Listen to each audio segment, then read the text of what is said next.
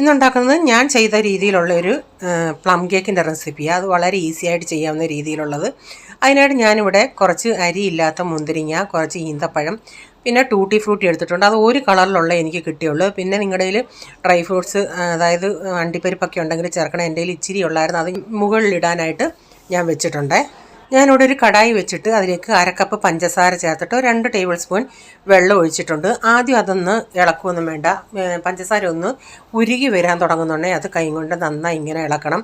എന്നിട്ട് കളറൊന്ന് ചേഞ്ച് ആവുന്ന ഉടനെ അത് തീ ഒന്ന് കുറച്ച് വയ്ക്കണേ, ഒത്തിരി അങ്ങ് കറുത്തു പോകരുത്. അപ്പോൾ ഇതിൻ്റെ കളറൊക്കെ ചേഞ്ച് ചെയ്ത് ഞാൻ തീ അങ്ങ് ഓഫാക്കി. എന്നിട്ട് കുറച്ച് ചൂടുവെള്ളമാണ് ഞാൻ ഇതിലോട്ട് കുറേശ്ശെ ഒഴിച്ച് കൊടുക്കണം. ആദ്യം ഒരു ഇച്ചിരി ഒഴിച്ചിട്ട് മാറി നിൽക്കണം, കാരണം നല്ല ചൂടിൽ കിടക്കുന്നുണ്ടെങ്കിൽ അത് മുകളിലോട്ട് പൊട്ടിത്തെറിക്കാൻ ചാൻസ് ഉണ്ട്.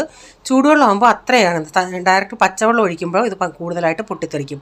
ഞാനിപ്പോൾ തീ ഓഫാക്കി. എന്നിട്ട് അതിൻ്റെ അകത്ത് ഡ്രൈ ഫ്രൂട്ട്സ് എല്ലാം ഇട്ട് കൊടുത്തിട്ടുണ്ട്. ആ ഡ്രൈ ഫ്രൂട്ട്സ് ഒന്ന് കിടക്കത്തക്ക വിധത്തിൽ ഉള്ള ലിക്വിഡ് വേണം നമുക്ക്. അപ്പോൾ എന്നിട്ട് ഞാനിപ്പോൾ തീ ഓൺ ആക്കിയിട്ടുണ്ട്. എന്നിട്ട് അത് അവിടെ നിന്ന് ഇച്ചിരി ഒന്ന് കിടന്നൊന്ന് തിളച്ച് വരട്ടെ. ആ നേരം കൊണ്ട് ഞാനിവിടെ 1 കപ്പ് പഞ്ചസാര എടുത്തിട്ടുണ്ട്. മധുരത്തിന് ആവശ്യമായ പഞ്ചസാര ചേർക്കുക.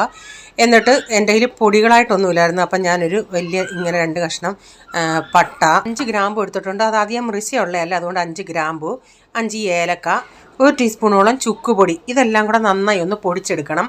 ഇപ്പം നമ്മുടെ ഡ്രൈ ഫ്രൂട്ട്സ് ഒക്കെ നന്നായി തിളയ്ക്കുന്നുണ്ട്. ഞാനങ്ങ് തീ ഓഫാക്കി വെക്കുവാണ്. ഇവിടെ ഒരു അരിപ്പയിലേക്ക് 1.25 കപ്പ് മൈദ, 1 teaspoon baking powder, 1/2 teaspoon baking soda, ഇതെല്ലാം കൂടെ ചേർത്ത് നന്നായി ഇതൊന്ന് അരിച്ചെടുക്കാം. ഇനി മിക്സിയുടെ ജാറിലേക്ക് റൂം ടെമ്പറേച്ചറിൽ 3 മുട്ട പൊട്ടിച്ചൊഴിക്കുക. ഇതിലേക്ക് 3/4 കപ്പ് വെജിറ്റബിൾ ഓയിലും 1 ടീസ്പൂൺ വാനില എസൻസും കൂടെ ചേർത്ത് നന്നായി ഇതൊന്ന് അടിച്ചെടുക്കാം.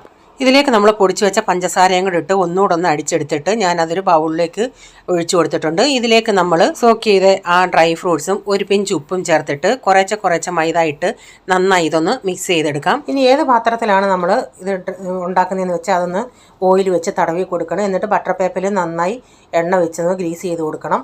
എന്നിട്ട് ബാറ്റർ ഇതിൽ ഒഴിച്ചിട്ട് 2-3 പ്രാവശ്യം ഒന്ന് ടാപ്പ് ചെയ്ത് കൊടുത്തതിന് ശേഷം ഞാനിതിൻ്റെ മുകളിൽ അണ്ടിപ്പരിപ്പും ഇച്ചിരി ഈന്തപ്പഴമൊക്കെ വെക്കുന്നുണ്ട്. അപ്പോൾ ഒഴിക്കുന്ന ഉടനെ ഒന്ന് ശ്രദ്ധിച്ചൊഴിക്കണേ, ബട്ടർ പേപ്പർ ഇങ്ങനെ ഫോൾഡ് ആകാതെ. കേക്ക് വെക്കുന്നതിന് മുമ്പിട്ട് 5 മിനിറ്റ് മുമ്പിട്ടേ പാത്രം നന്നായി ചൂടായിട്ടിരിക്കണം. അതിനുശേഷം കേക്ക് വെച്ചതിന് ശേഷവും 5 മിനിറ്റ് ഹൈ ഫ്ലെയിമിലായിരിക്കണം. ആ ലിഡിൻ്റെ അവിടെ ഇച്ചിരി ഹോളുണ്ട്, അത് ഞാനൊരു പേപ്പറും കൊണ്ടൊന്ന് അടയ്ക്കുന്നുണ്ട്. എന്നിട്ട് 5 മിനിറ്റ് കഴിഞ്ഞതിന് ശേഷം മീഡിയം ഫ്ലെയിമിൽ 40 മിനിറ്റ് ഒന്ന് ചൂടാക്കി എടുക്കുക. ഇടയ്ക്കൊന്ന് 20-25 മിനിറ്റ് കഴിഞ്ഞിട്ട് നിങ്ങളതൊന്ന് ഓപ്പൺ ചെയ്ത് നോക്കണം അത് വെന്തോ ഇല്ലയോ എന്നുള്ളത്. 40 മിനിറ്റ് കഴിഞ്ഞ് ഞാൻ നോക്കിയുടനെ അത് വെന്തിട്ടുണ്ട്. ഞാനതൊന്ന് കട്ട് ചെയ്യുന്നുണ്ട്. ടോട്ടൽ എനിക്ക് 45 മിനിറ്റ് എടുത്തു. അപ്പോൾ നിങ്ങൾ ഇതുപോലെ ട്രൈ ചെയ്യുക. നിങ്ങൾക്ക് ഈ വീഡിയോയുടെ ഫുള്ളായിട്ടുള്ള വീഡിയോ കാണണമെന്ന് ആഗ്രഹം ഉണ്ടെങ്കിൽ ഞാൻ ബിജീസ് കിച്ചൻ ചാനൽ വ്ളോഗിലിട്ട്, പിന്നെ പാത്രത്തിൻ്റെ ചൂടനുസരിച്ച് ടൈമിങ്ങിൽ വ്യത്യാസവും വരുമേ.